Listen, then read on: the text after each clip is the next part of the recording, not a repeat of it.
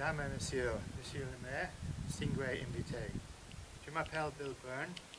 Je suis très honoré d'avoir été invité à venir ici aujourd'hui depuis Perth, en Australie, pour vous parler de mon grand-père, William Byrne, qui fut victime il y a 100 ans de l'attaque au gaz à Hulluch, dans le champ où nous nous trouvons.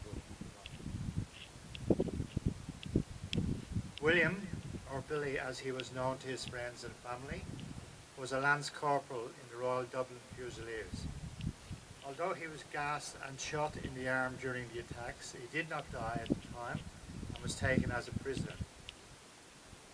William, ou Billy comme aimaient l'appeler ses amis et sa famille, était caporal suppléant chez les Royal Dublin Fusiliers, les fusiliers royaux de Dublin. Il fut gazé et reçut une balle dans le bras au cours des attaques, mais il survécut et fut fait prisonnier. Billy was actually born 200 kilometres from here, in Colchester, England. He was the son of Irish parents who returned to Ireland soon after he was born, and he grew up in Dublin. It was an ordinary life for him, and he joined the army in 1915. In early 1916, he was posted to France and found himself in the trenches at Hulluch. Following the gas attacks, he was first treated at a local medical care station by his German captors, then removed to a more clinical area where attempts were made to treat his seriously wounded left arm. Billy est né à 200 km d'ici, dans la ville de Colchester, en Angleterre. Il était le fils de parents irlandais, tourné en Irlande juste après sa naissance, et il a grandi à Dublin. Il avait une vie ordinaire et il a rejoint l'armée en 1915. Au début de 1916, il a été posté en France et s'est retrouvé dans les tranchées du Lu.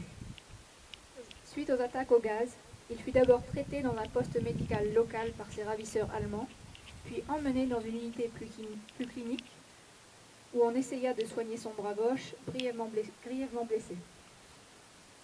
As a child, he told me of his terror during the attacks, seeing some of his friends die before his eyes, and of the burning pain in his lungs from the gas, which was so much that he did not even realize his arm had been shattered by a bullet and was useless.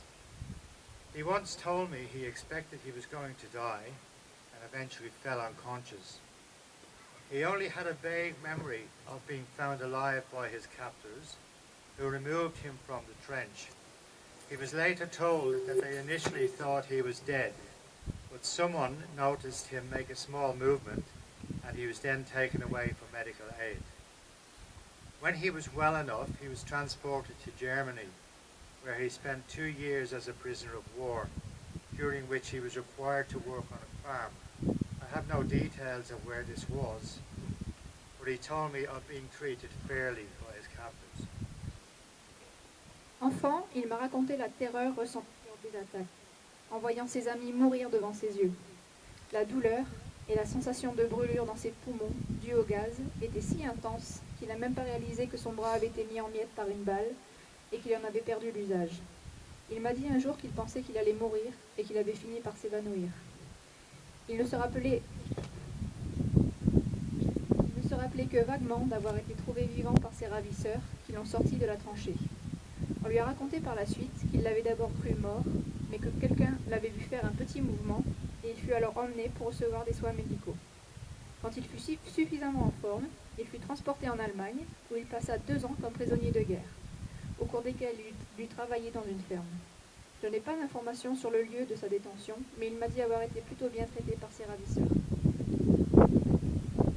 Billy survived the war and returned to Dublin, where he met my grandmother, Catherine Venable, whose parents were of French heritage from Normandy.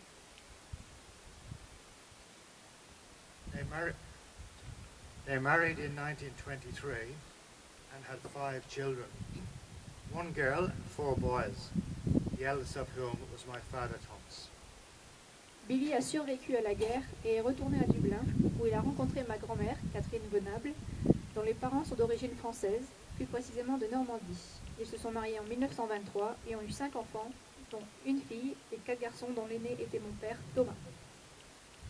My grandfather was a big influence on me during my childhood,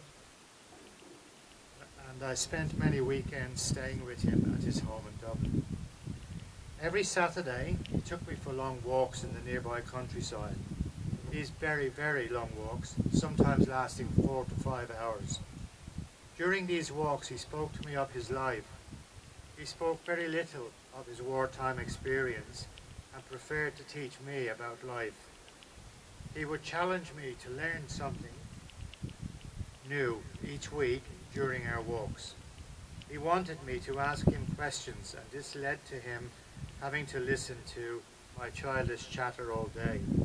He was very patient with me and always told me I should enjoy every moment of our time together. Mon grand-père m'a beaucoup influencé quand j'étais enfant et j'ai passé de nombreux week-ends chez lui à Dublin. Tous les samedis, il m'emmenait faire de longues balades dans les campagnes environnantes. Au cours de cette très très longue balade, qui durait parfois 4 à 5 heures, il me racontait sa vie. Il me parlait très peu de ses expériences de guerre et préférait m'enseigner la vie. Il me poussait à apprendre quelque chose de nouveau chaque semaine lors de nos marches. Il voulait que je lui pose des questions, ce qui faisait qu'il passait la journée à écouter mes bavardages enfantins. Il était très patient avec moi et il me disait toujours de profiter de chaque instant passé ensemble. Billy died in 1976. He had lived for 60 years after the Hulluch attack.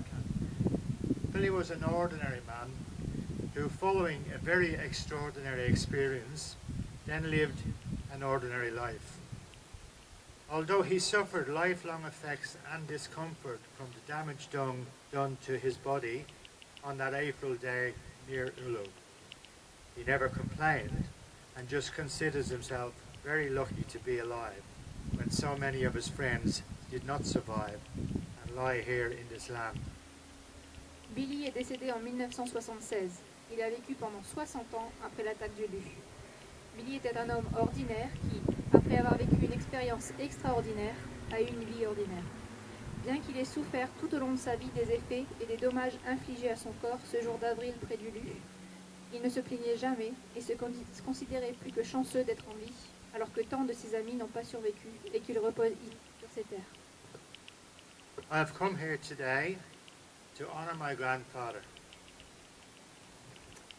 and also to respect those of my countrymen who gave their lives on those fateful days in 1916. I also wish to pay respect to all those soldiers of other nations who paid the ultimate sacrifice during the attacks. They also had stories to be told, but sadly they were cut short in the most brutal of ways on that most tragic of days. Je suis venu aujourd'hui pour honorer mon grand-père et par respect pour mes compatriotes qui ont donné leur vie ces jours fatidiques d'avril 1916.